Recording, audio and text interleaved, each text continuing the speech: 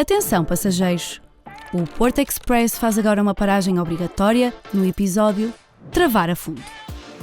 Rui Sousa Silva embarca connosco para distinguir trabalho autêntico e fraude. Como evitar descarrilamentos éticos e rumar em direção à integridade académica? Nesta viagem, o Porto Express dá-nos dicas de como seguir os trilhos certos.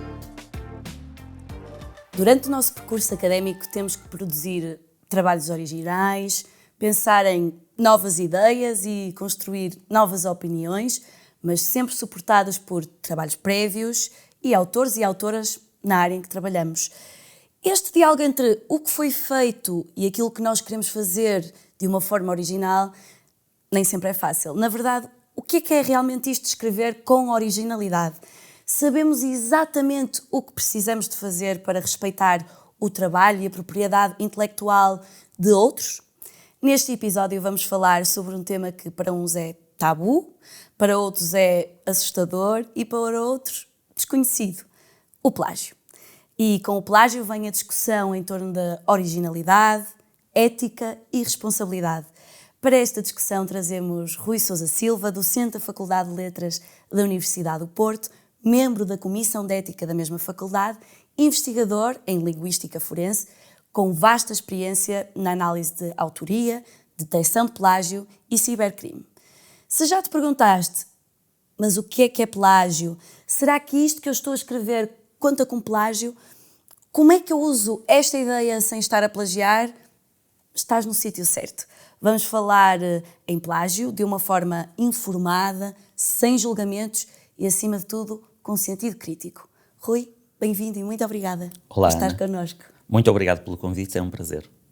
Rui, plágio não é propriamente uma palavra nova, é uma palavra que vamos ouvindo, plagiar músicas, plagiar obras de arte. E quando nós pensamos em plágio, pensamos em copiar e colar. Mas, na verdade, e quando eu estava a estudar aqui para o nosso episódio, plágio é crime. Plágio é crime. Se me permites, deixa-me só ir atrás um pouco. O plágio não é novo. A ideia do plágio surgiu já com Gutenberg, quer dizer, a partir do momento em que se produz em massa, é possível a incidência de plágio no sentido em que alguém se apropria do trabalho de outra pessoa. Mas nós olhamos muito para o plágio como um problema de ética e no ensino superior, ou até no ensino pré-superior, ensino secundário, o que acontece é que há uma tendência para olharmos para o problema na perspectiva da ética. E é um problema de ética no sentido em que não é correto nós apropriarmos-nos do trabalho de alguém, independentemente disso ser legal ou não. Mas o problema é que, para além de ser uma questão de ética, é também uma questão de legalidade, porque o plágio está previsto como uma espécie de crime de contrafação no Código Penal português. Portanto, a usurpação do trabalho de outrem é, de facto, um crime, porque é essa apropriação da propriedade de outra pessoa. E quando nós falamos em plágio, e aqui falando, por exemplo, nas músicas, nas obras de arte, eu acho que é mais fácil identificar, mas quando falamos no contexto académico, em que estamos a escrever, como é que nós podemos identificar e como é que os estudantes podem saber que estão a plagiar e que tipos de plágio existe? Porque não é só copiar o texto, existe outro tipo de plágio. De facto, a tendência mais comum para se considerar que é plágio é utilizar as palavras exatas de outra pessoa. O plágio é muito mais complexo que isso. Quer dizer, não existe uma obrigatoriedade de nós copiarmos e colarmos o texto de outra pessoa. Nós podemos usar imensas estratégias. Podemos, por exemplo, traduzir de outra língua, ocultar o autor original e fazer passar como nosso, o designado plágio translingue, em que eu, pura e simplesmente, me aproprio do texto de outra pessoa noutra língua, e aí, tecnicamente, nós não estamos a usar exatamente as mesmas palavras, porque se eu me aproprio de um texto em inglês e traduzo para português, o que acontece é que as palavras não são exatamente iguais. Portanto, o texto não vai ser detectado sequer pelas ferramentas as designadas ferramentas de detecção de plágio. Mas depois temos outros sistemas igualmente perversos, como, por exemplo, fazer a paráfrase. Nós sabemos que fazer uma boa paráfrase é extremamente complicado, porque exige um domínio do conhecimento, exige a capacidade de sintetização do conhecimento do original e depois a capacidade de nós representarmos esse conhecimento ou produzirmos esse conhecimento pelas nossas próprias palavras. E isso representa um desafio adicional, porque uma boa paráfrase exige um grande domínio cognitivo. E quando nós muitas vezes vemos as pessoas a dizerem eu fiz uma paráfrase, não é uma paráfrase. Muitas vezes é substituir meia dúzia de palavras por sinónimos e as pessoas consideram isso uma paráfrase, mas não é. Não é, quando eu falo de paráfrase, não é nesse sentido que estou a falar de paráfrase. Mas se me permites, falavas há pouco da incidência de plágio em filmes, músicas e depois a comparação com o domínio académico. O que está a acontecer neste momento é uma espécie de... Há um autor da criminologia, de quem eu gosto muito, que fala de pânico moral. Este conceito de pânico moral é muito interessante quando nós o transpomos para o plágio, no sentido em que os casos mediáticos de plágio têm sensibilizado, de certa forma, as pessoas para a existência de plágio. E isso faz com que, hoje em dia, as pessoas considerem tudo plágio, mesmo quando não é. Então, vamos pegar no domínio da música. Ouves uma música, há uns acordes que te fazem lembrar uma música que tu já ouviste antes ou que já conheces, e o que vais fazer imediatamente é dizer: esta música é um plágio da música X que foi disponibilizada há não sei quanto tempo. E esse é um problema, porque nós não podemos considerar que tudo é plágio. Na realidade, em matéria, quando nós falamos de música, obviamente eu não tenho capacidade de detectar plágio ou de analisar plágio no domínio musical, porque não tenho, infelizmente, o conhecimento suficiente, mas no domínio da música é extremamente complicado. Há uma reportagem que foi feita pelo The Guardian, quando foi divulgado aquele caso de plágio da Lana Del Rey e dos Radiohead, e houve um musicólogo que analisou os acordes e chegou à conclusão que os acordes que estavam em causa tinham sido usados por centenas, se não milhares de músicas, porque eram extremamente comuns. E esta é a nota essencial do plágio, mesmo no plágio académico, que é saber distinguir aquilo que é senso comum, saber distinguir aquilo que é tradicional ou que é expectável quando alguém produz texto, daquilo que é realmente original. E esta é uma questão que vários estudantes me têm colocado, é como é que eu faço a distinção entre aquilo que é domínio público ou aquilo que é o conhecimento esperado que existe no mundo em geral, daquilo que deveria ser conhecimento daquilo que é do domínio da originalidade. Julgo que este é o principal desafio e que nos remete para o domínio académico. Em todo o caso, é muito fácil não cometer plágio académico. Na dúvida, não cometer é muito fácil. Em primeiro lugar, ser honesto. Se as nossas ideias não vêm do nada, não surgem do nada, portanto, nós podemos muito facilmente, sempre que temos conhecimento de uma ideia, podemos muito facilmente tomar nota de quem é o autor e citar essa ideia, e se tivermos dúvidas sobre isso, é muito fácil fazermos, e depois, por outro lado, é ter a noção de que a propriedade dos outros tem que ser respeitada. Portanto, não há necessidade de entrarmos. Julgo que às vezes há uma tendência para complicarmos e para entrarmos num certo stress emocional, até quando com a produção, temos muitas vezes as pessoas dizerem: mas para mim é difícil escrever academicamente, em primeiro lugar porque é um género, as pessoas não nascem ensinadas a escrever academicamente, portanto precisam de adquirir essas competências. E na prática? E depois, por outro lado, para além de ninguém nascer ensinado nesse género textual, depois há um problema que é quem está a aprender, um estudante universitário, quando lê um artigo de alguém que já escreveu centenas, se não milhares de textos, é óbvio que o estudante não vai escrever tão bem como a pessoa. Claro. E isto, sistematicamente, é o que eu ouço. Mas eu não consigo escrever tão bem como a pessoa escreveu. Claro. Nem é esse o objetivo. Por isso é que a pessoa está publicada e nós estamos a aprender com essa pessoa que já publicou. Eu tenho ouvido, e é uma coisa, e é uma palavra que quase parece uma contradição, que é o autoplágio.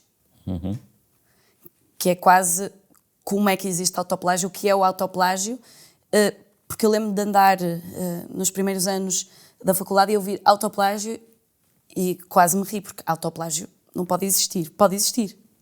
Não sei, posso responder com uma pergunta? Podes. Tu podes roubar o teu próprio carro? Não. Quer dizer, podes se fizeres fraude com a companhia de seguros, mas isso é outra ok. questão.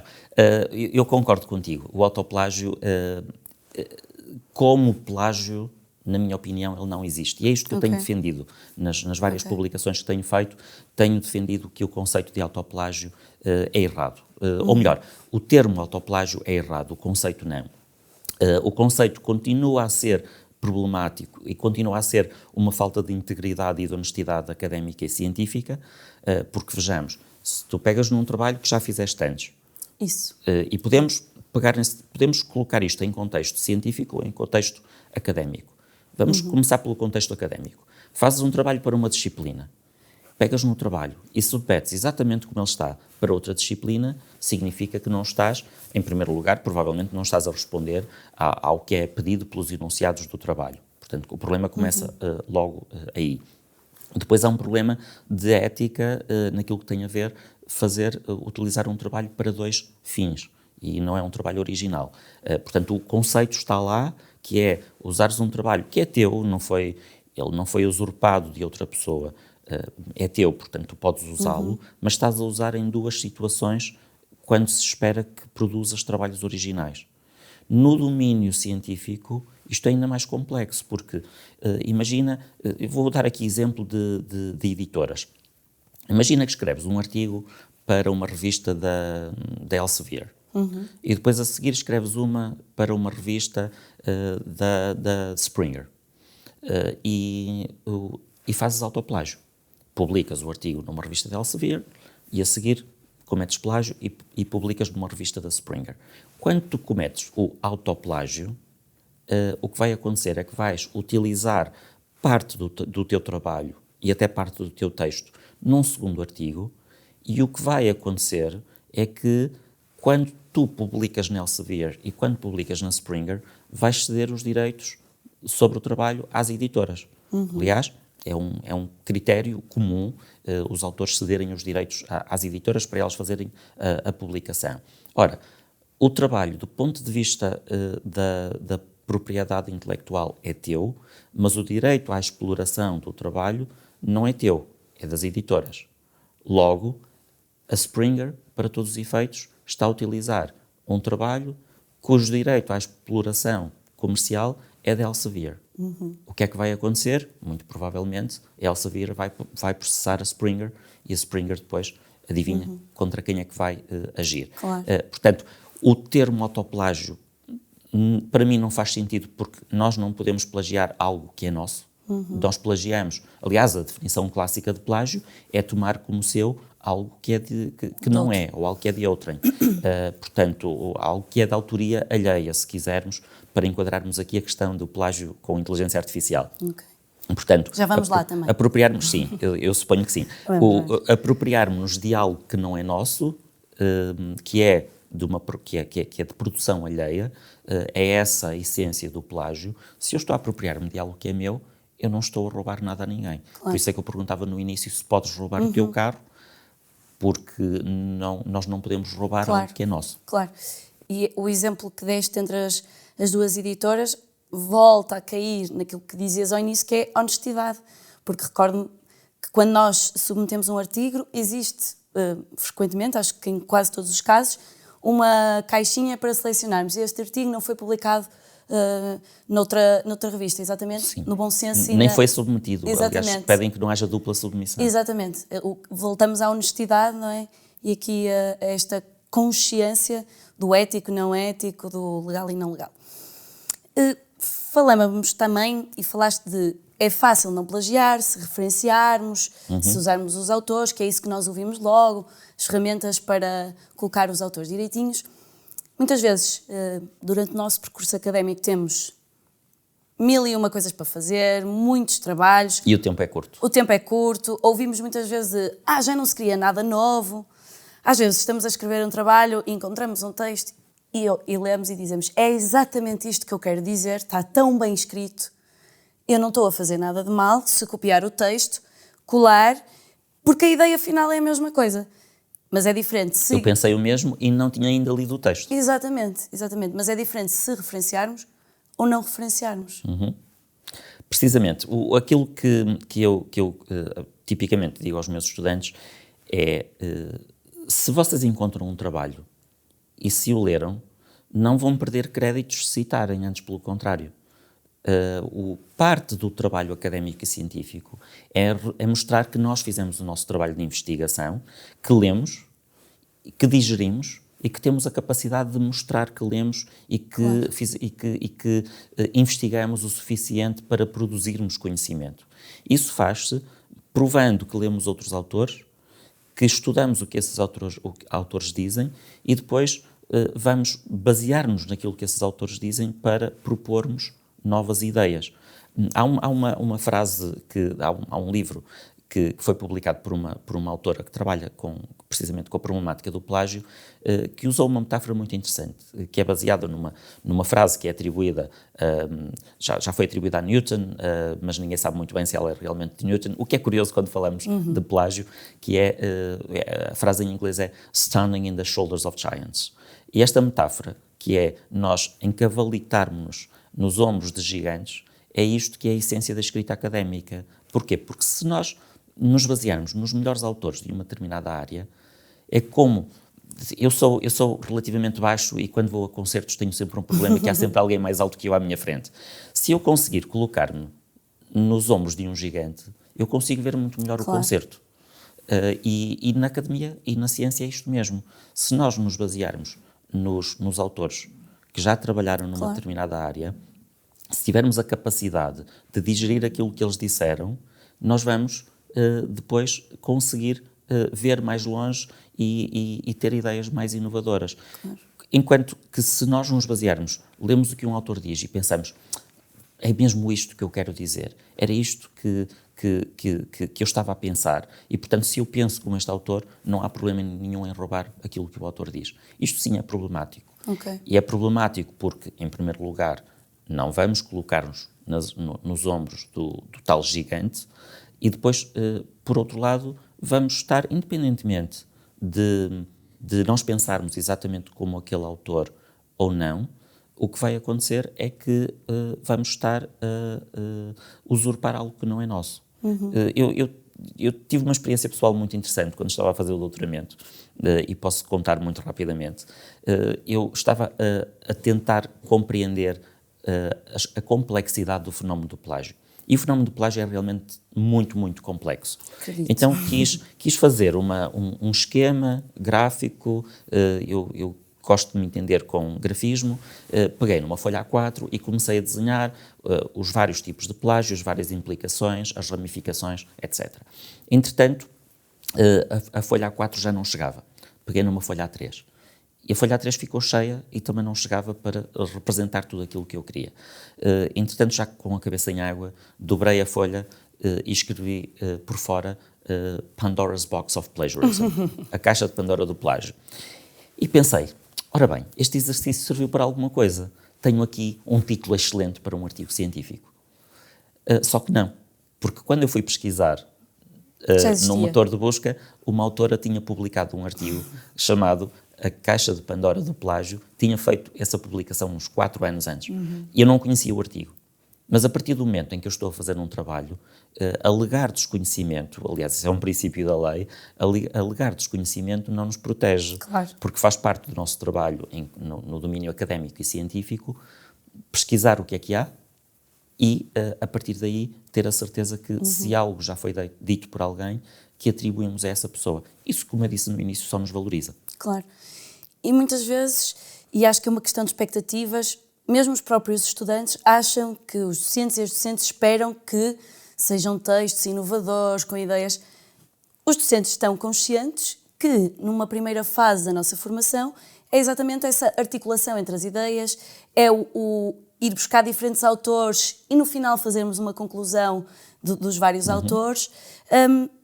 E, às vezes, e se calhar já te aconteceu, os estudantes ou as estudantes chegarem e dizerem: professor, mas o texto está ótimo, é só o plágio que está aí a contar. Isto não afeta o meu mérito, não afeta a minha avaliação, a minha qualidade.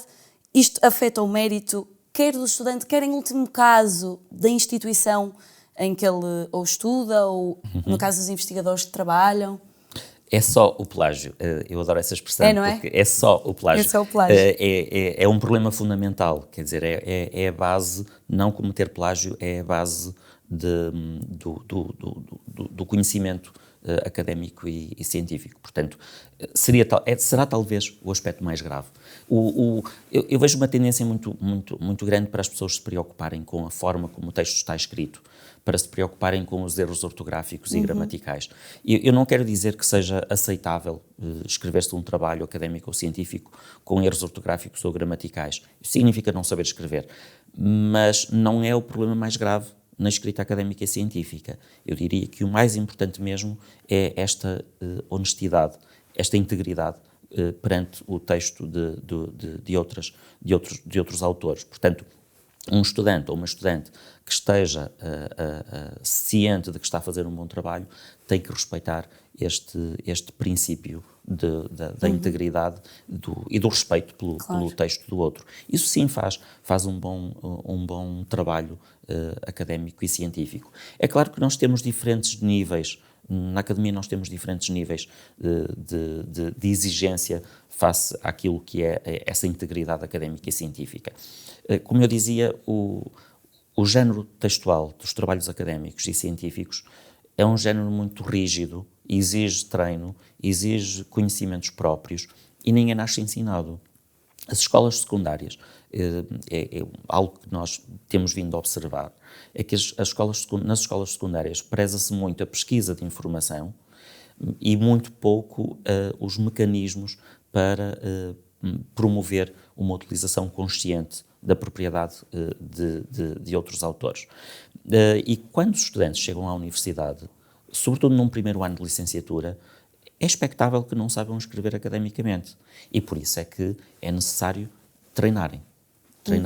E esta é uma conversa que eu tenho muitas vezes com os meus colegas, que é, não podem esperar de um estudante, no primeiro semestre do primeiro ano, não podem esperar que o estudante consiga produzir de uma forma sofisticada textos académicos e científicos. É uma forma de treino. E aquilo que é esperado é que esses estudantes, ao longo do seu percurso, consigam ir treinando.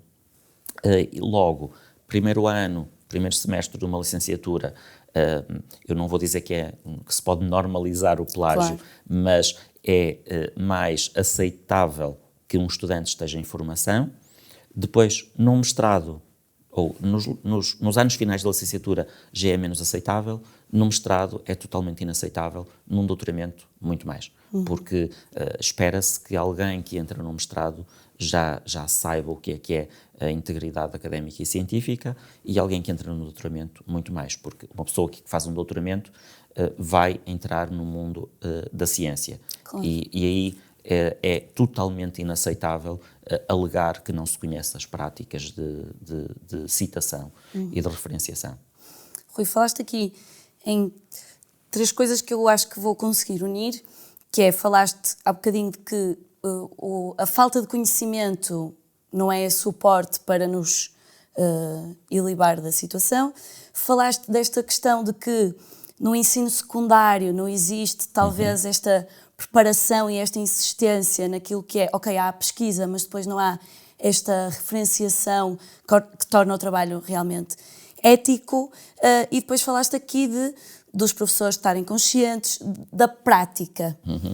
Imaginando os estudantes que estão no início da sua formação, comparado com aqueles que estão no final, achas que pode existir aqui quase que um plágio, e normalmente associamos ao plágio a uma intenção, achas que pode existir aqui um plágio quase inconsciente ou intencional, dada todas estas variáveis que tu estavas a falar?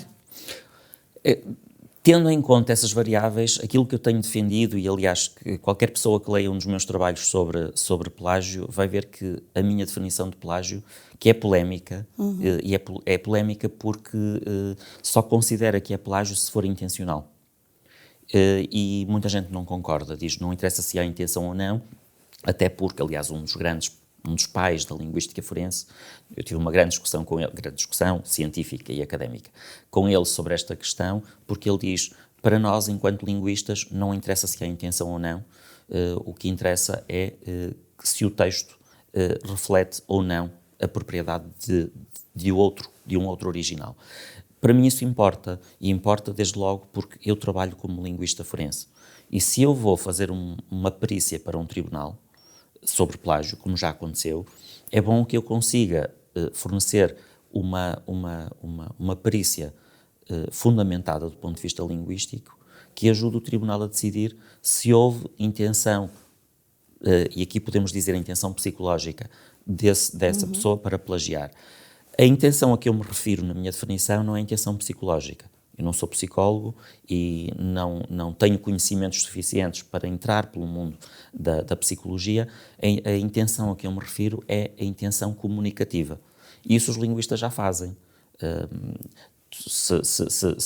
Imagina que eu chegava atrasado para esta conversa e chegava e dizia eu apanhei imenso trânsito. Qualquer pessoa que me ouvisse dizer isto iria perceber que eu estava a justificar e a pedir desculpa pelo meu atraso. É este tipo de intenção, a intenção comunicativa. O que é que eu quero dizer com as palavras que uso? E isto sim é analisável do ponto de vista linguístico. E porquê é que eu acho que é importante distinguir as intenções, ou distinguir, ou incluir na definição de plágio se há uma intenção ou não? É que um estudante que chega do ensino secundário, que não tenha conhecimento sobre a prática de plágio, sobre como citar, sobre como referenciar, não pode ser penalizado na mesma medida que um estudante de mestrado ou de doutoramento que já deveria dominar as práticas e que comete plágio. Portanto, alguém que comete plágio por desconhecimento, ou alguém que diz, eu tenho aqui este texto, eu quero produzir mais, eu quero fazer 3 publicações em vez de uma. Claro. E, portanto, deixa-me fazer isto pela via mais fácil, que é usurpar aquilo que outros autores já disseram. Isso sim é problemático e há que fazer essa distinção para que diferentes pessoas sejam julgadas de forma diferente. Nós há pouco falávamos das estratégias de plágio e eu falei do parafraseamento. O parafraseamento ou a tradução de outra língua e usar como nosso, o plágio translingue, mostra uma intenção. Ou seja, eu tenho que fazer um esforço para colocar aquilo em termos em que oculto o nome dos autores originais, portanto eu esforço-me para esconder a verdadeira autoria. Isto mostra uma intenção.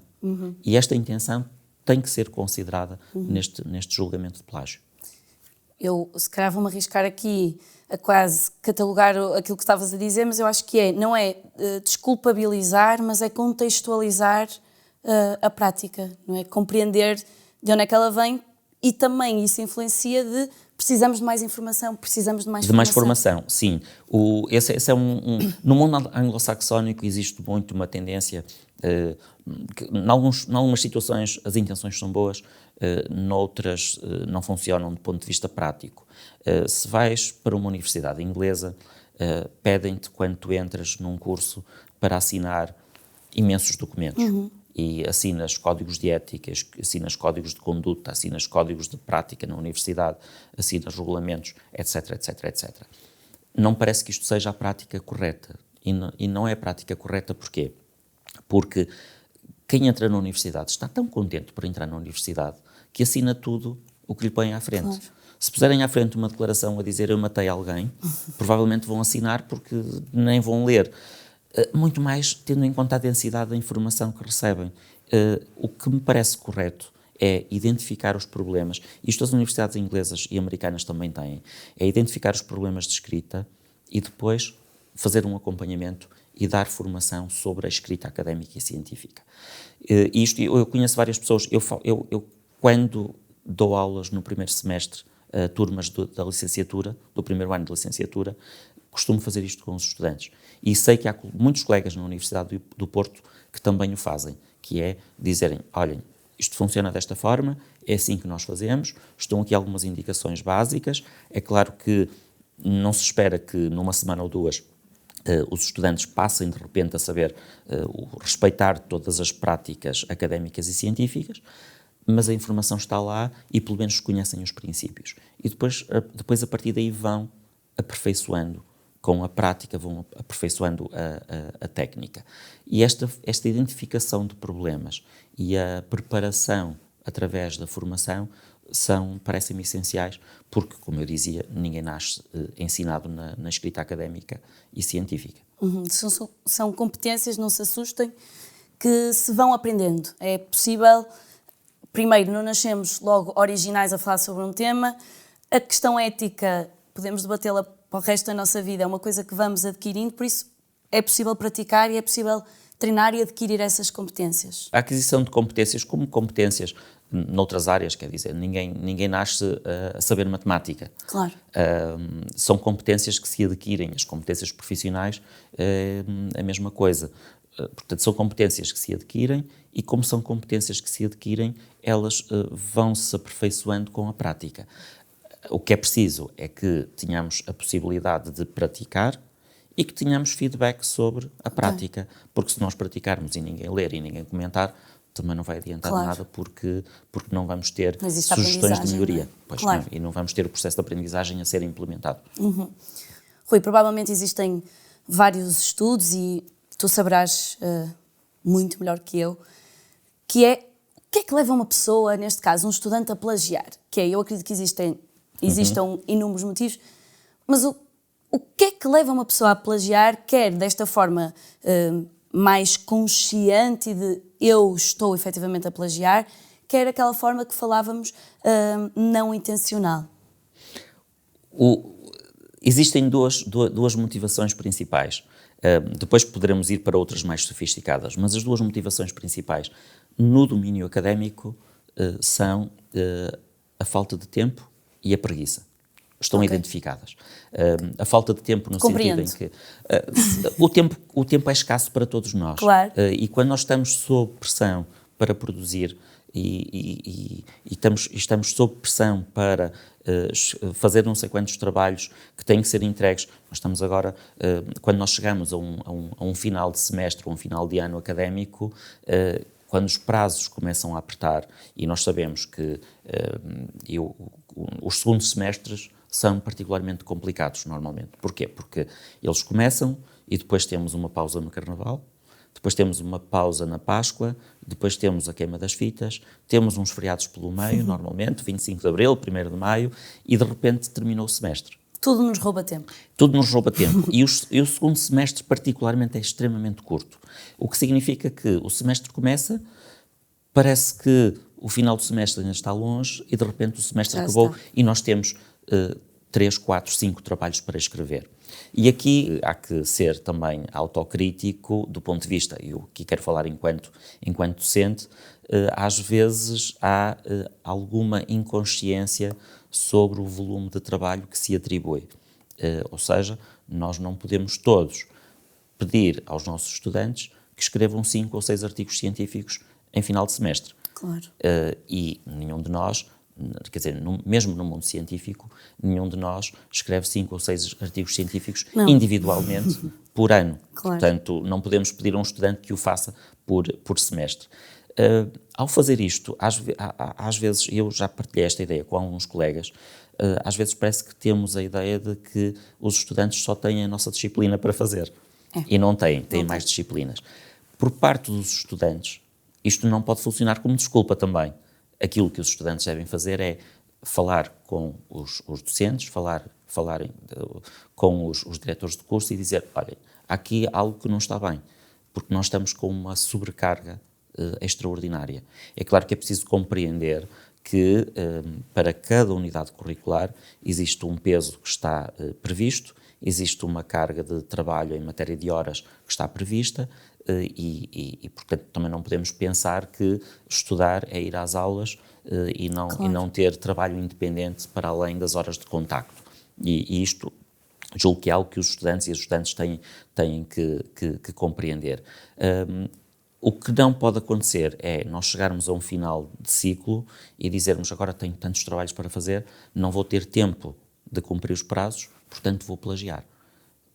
Não pode acontecer. O mesmo com a preguiça, que é eu vou protelando os trabalhos, estamos a procrastinar o tempo todo e depois chega uma altura em que dizemos agora não me apetece muito fazer isto, vou pela via mais fácil, há tanta informação disponível online, já não há nada de novo, esta ideia pós-moderna de que não há nada de novo, que já tudo foi criado, portanto vamos optar por copiar o que já existe.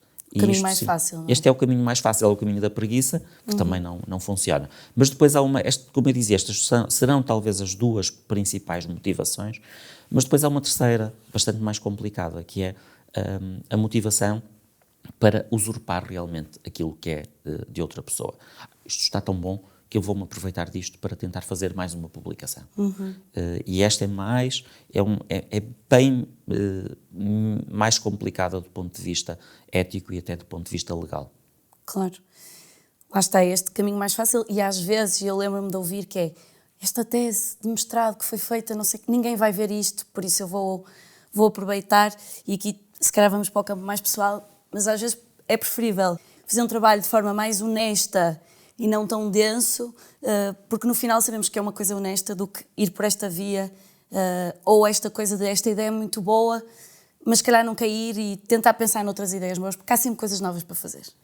Há ideias muito boas a circular, nós precisamos de ter a noção, os docentes não, desculpem a expressão, não são parvos, e é preciso ver que as ideias se enquadram, têm que ser consistentes com um nível de estudo. Claro.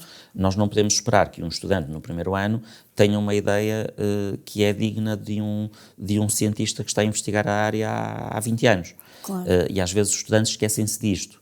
Portanto, não é necessário ter uma ideia fenomenal. Claro. Para fazer um trabalho académico e ter uma boa classificação. O processo é de aprendizagem. O percurso vai-se fazendo ao longo do tempo. E por isso é que nós temos vários graus, licenciatura, mestrado, doutoramento e por aí adiante. Portanto, nós vamos aprendendo ao longo da vida e vamos construindo o nosso percurso académico e científico. Portanto, não é necessário nós estarmos preocupados em ter uma ideia, não vamos inventar a roda. E não vamos inventar a roda e não precisamos de inventar para termos um bom trabalho. Okay. Precisamos é de investir no trabalho que é consonante com o nosso nível de estudos. Okay. Rui, já falamos aqui vários tipos de plágio, já falamos de intenção, não intenção. E quando alguém, ou quando identificamos plágio, o que é que acontece? O que é que se faz, quer seja mais a nível académico, quer a nível profissional?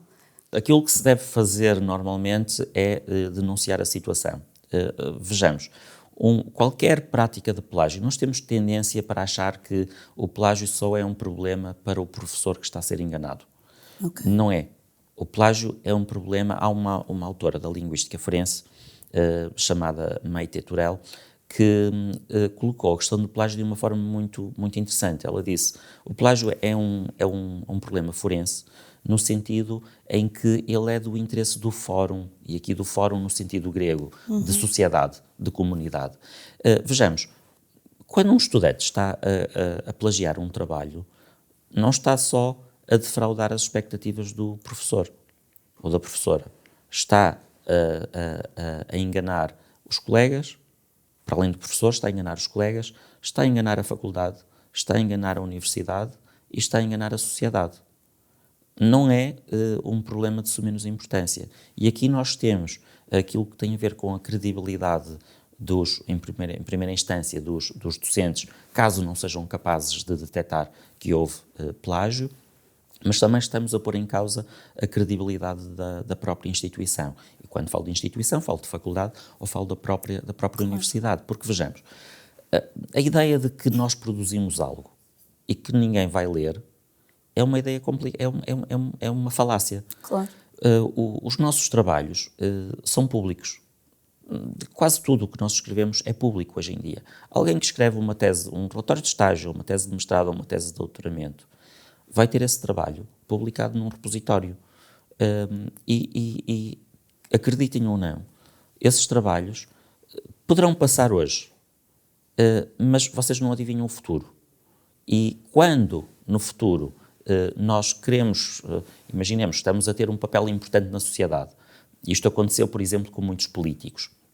Políticos que provavelmente, quando estavam a fazer a licenciatura, também acharam que ninguém nunca iria olhar para aqueles trabalhos, e depois chegaram a políticos, e o que é que acontece? Quando alguém atinge um determinado nível de fama ou de perfil social, o que vai acontecer é que vai haver sempre alguém que vai para trás escarafunchar a vida da pessoa para ver o que é que ela fez de errado. E muitos dos casos de plágio, nós assistimos na história recente a várias notícias sobre ministros alemães que tinham plagiado. Não há uma preponderância própria dos ministros alemães para plagiar, não é diferente do que acontece com outras pessoas. O que acontece é, na Alemanha, especificamente, há um grupo de investigação que se dedica a investigar a honestidade académica e científica de cada pessoa que chega a político. Então há um maior reporte. Há um maior reporte porque há um maior escrutínio. Claro. E isso acontece e nós podemos acreditar que aquilo que nós fazemos hoje pode reverter-se contra nós no futuro. E por isso é que eu sugiro que haja muito cuidado, porque não é só um trabalho. Qualquer falta de integridade e honestidade pode reverter contra nós a qualquer momento. Não só, nós até podemos, como eu dizia, nós até podemos ter uma boa nota na disciplina, podemos até ter uma boa nota na nossa defesa de mestrado ou de doutoramento, mas o documento vai ficar lá e vai ficar lá para toda a nossa vida. Aquilo que, existe aquele ditado em inglês muito, muito bom que diz: aquilo que nós fazemos no passado pode voltar um dia para nos assombrar. Sim, claro. E o plágio é nitidamente uma dessas situações. Sim, a ideia de que os estudantes e as estudantes estão a construir um percurso que os vão levar a um futuro profissional e que não é uma coisa independente, não é? Vão levar a um futuro profissional e não só, nós temos que pensar noutra questão. Vejamos, ninguém é obrigado a ir para a universidade. Ninguém é obrigado a ter um curso superior. Se nós procuramos uma formação superior, é porque queremos empenhar-nos no nosso futuro, em primeira instância, e num futuro melhor para a sociedade e para o bem da comunidade. Essa é uma essência do ensino superior. Aliás, se forem ver a missão da Universidade do Porto, esses princípios estão muito claros. Logo, se eu quero fazer um curso superior, ou 2, ou 3, em vários graus, eu quero de alguma forma contribuir para o bem da sociedade. Quando nós cometemos plágio, nós estamos a defraudar a sociedade. Não estamos a contribuir para o bem da sociedade, estamos a cometer fraude para com essa sociedade que exige mais de nós e que espera mais de nós. Eu prometi ir àquilo que nos foste deixando no início. Eu não posso deixar de terminar este episódio, e eu sei que as pessoas já estão cansadas de ouvir sobre, entre aspas, inteligência artificial. A buzzword. A buzzword, o boom da inteligência artificial. Está toda a gente cansada, toda a gente já deu opiniões, mas eu acho que é incontornável, especialmente quando falamos em estudantes, academia, autoria, ética, esta questão de existem cada vez mais softwares que nos podem ajudar a fazer o trabalho e podem, na minha perspectiva pessoal, mais uma vez, ser úteis para, num sentido crítico, de nos ajudar a fazer melhor e a pensar nas coisas de forma melhor, mas também pode ser, e é aquilo que se tem discutido, utilizado de uma forma menos correta e menos ética, que é pedir que façam tudo e a usar, porque nós estamos habituados a esta questão do plágio de autores, mas agora aparecem ferramentas de inteligência artificial. Essa questão é extremamente interessante porque nós estamos habituados. Eu falava há pouco da definição de plágio, dizendo que tradicionalmente se diz apropriar-nos, que plágio é apropriar-nos do trabalho de outra pessoa. Ora, esta ideia da inteligência artificial veio dizer, mas a inteligência artificial não é uma pessoa. Pois. E, de facto, a inteligência artificial não é uma pessoa. E não sendo uma pessoa, não tem identidade e não é uma pessoa jurídica também. Portanto, nós não podemos... há uma falácia que se foi disseminando, até por culpa de algumas editoras, foi que eu posso usar a inteligência artificial para me ajudar a escrever um artigo científico, e depois basta-me dizer que a inteligência artificial é uma espécie de coautor do trabalho. Do ponto de vista jurídico, julgo eu que não há nada que sustente isto, porque não sendo a inteligência artificial uma pessoa, ela também não pode ser considerada um autor. O que nós temos aqui, que é muito mais simples do que isto, estamos perante uma ferramenta. Nós também, ninguém nos proíbe de usar um corretor ortográfico ou gramatical. Para aquelas pessoas que usam, por exemplo, o Google Docs, estão a escrever e veem que o Google vai sugerindo a palavra seguinte. Às vezes até nos sugere palavras boas. E não há nenhum professor que diga não podem usar o Google Docs. Portanto, se é permitido usarmos nesse sentido, a inteligência artificial, os grandes modelos de linguagem, são uma forma um pouco mais sofisticada desses sistemas que já existem. Antigamente, quando surgiram os corretores ortográficos e gramaticais, falava-se muito de usar estes corretores ortográficos e gramaticais é batota porque significa que as pessoas não sabem escrever. Hoje em dia já ninguém diz isto. Aliás, eu digo o contrário. Com os meus orientandos e orientandas, eu digo, livrem-se de me entregarem um trabalho sem correrem o corretor ortográfico ou gramatical, porque se existem ferramentas, não sou eu que vou fazer essa correção. E é claro que aqui o que nós precisamos distinguir muito bem é a finalidade com a qual nós estamos a utilizar a inteligência artificial. Eu estou a dizer isto, mas eu queria deixar muito claro que esta é a minha opinião pessoal e que há colegas meus que podem não concordar comigo, mas a minha opinião aqui, e relativamente à questão de plágio, é muito clara. Qual é a finalidade com que usamos a inteligência artificial? Se nós usarmos para fazer o trabalho por nós, é ilícito. Se nós usarmos como uma ferramenta, como usaríamos outras ferramentas, sei lá, se usarmos a inteligência artificial para pesquisar referências bibliográficas, é algo que já fazíamos utilizando, por exemplo, o Google. Portanto, não me parece que seja nada ilícito utilizar a inteligência artificial para esse fim. Aquilo que não podemos usar, e isto eu deixo muito claro, por exemplo, com os meus estudantes, e as minhas estudantes, que é, não podem usar a inteligência artificial para produzir texto por vocês. Até porque, convenhamos, a produção textual da inteligência artificial é fraca. É duvidosa. É muito fraca. As pessoas olham e dizem, o texto é muito bom. O texto não é bom. Ele parece que é bom por uma razão muito simples. Não apresenta, pelo menos à superfície, erros ortográficos e gramaticais. E dá uma falsa percepção de que o texto é bom. Mas quando nós começamos a estudar o texto mais em pormenor, ele não diz nada, não tem substância. E aí sim é que entra a nossa inteligência. Sim, essencialmente. Há uma colega portuguesa que está a trabalhar na Universidade de Oslo, diz que é mais burrice natural do que inteligência artificial. E eu gosto desta comparação. Para todos os efeitos, nós temos uma ferramenta e há pessoas que dizem vamos impedir estas ferramentas. A ferramenta existe e deve ser usada. E nós não vamos poder impedir que ela seja usada. É preciso sabermos usá-la e usá-la com consciência. Neste sentido, eu queria falar aqui do exemplo da Faculdade de Letras. Faculdade de Letras, eu não conheço se as outras faculdades têm o mesmo procedimento.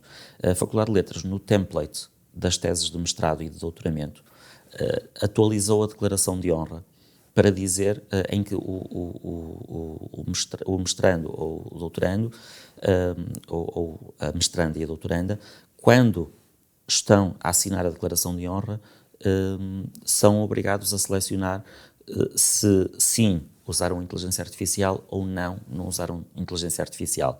Se não usaram, estão a comprometer-se que não usaram, e eu aqui queria sublinhar que uma declaração de honra é uma declaração de compromisso. Portanto, se disserem que não usaram e depois se provar que usaram, é claro que estamos perante uma situação de fraude e que depois tem que ser acionada com os devidos mecanismos, nomeadamente com procedimentos. Se disserem que usaram, aquilo que vão precisar de fazer é juntar os prompts que fizeram à máquina e a resposta que a máquina deu. E pegam nesse material, juntam como anexo e depois é o júri que vai avaliar, com base nesses anexos e na informação que está na tese, se foi utilizada a inteligência artificial de forma legítima ou ilegítima. Mas essa informação, pelo menos, é transparente. E essa transparência parece-me que é um bom procedimento. O que não podemos também é, eu sei que tem havido alguns estudantes que perante esta declaração de honra ficam em pânico e dizem, claro, mas eu não sei o que é que isto podemos significa? usar, o que é isto, Claro. Até que ponto então é que eu posso usar, até que ponto é que não posso utilizar. É muito simples. Aquilo que já faziam com outras ferramentas podem continuar a fazer com a inteligência artificial. As situações em que usem a inteligência artificial para vos substituir nas vossas atividades, naquilo que se espera que produzam, isso é que não é lícito. E a partir daí é muito simples utilizar a inteligência artificial de forma consciente e de forma saudável. Voltamos novamente à honestidade, não é? Que, por exemplo, na questão das cruzinhas na declaração de honra, é preferível ser honesto e dizer utilizamos do que depois... Não há alternativa, julgo eu, porque, como eu dizia, declarar algo sob compromisso de honra, as declarações sob compromisso de honra parece-me que estão algo subestimadas, porque as pessoas dizem é só colocar uma assinatura, não há problema nenhum. Vale a pena lembrarmos que assinar uma declaração de honra e depois fazer algo que vai contra essa declaração de honra é ilegal porque é falsas declarações. Claro. E isso também é crime. Logo, quando nós assinamos uma declaração de honra, estamos a comprometer-nos com o que declaramos. E isso traz-nos implicações. Implicações do ponto de vista de detecção técnica, através do software que existe, mas também depois do ponto de vista processual, porque existem vários procedimentos académicos e científicos que podem levar a penalizações graves. Rui, deixa-me só aproveitar agora novamente a título pessoal, que tu disseste que pode ser útil, e eu já ouvi alguém a dizer, não é meu, devo estar a plagiar alguém, que é estas ferramentas de inteligência artificiais são muito criativas e belíssimos inventores. Quando falavas de procurar referências, por favor, verifiquem se a referência existe, porque eu já fiz o exercício de pedir quero falar sobre este tema, faz-me uma lista das principais referências. Um belíssimo inventor de títulos magníficos, de trabalhos que nunca foram publicados, ou autores que não existem em artigos. Por isso, mais uma vez, usar com o sentido crítico e, novamente, o informar-se, a formação, envolver quer os docentes, quer os e as estudantes neste processo de descoberta é muito importante. Rui, eu não sei se queres acrescentar alguma coisa. Não, se me permites, Ana, só relativamente a essa questão sobre a verificação das fontes, nós temos de ter cuidado.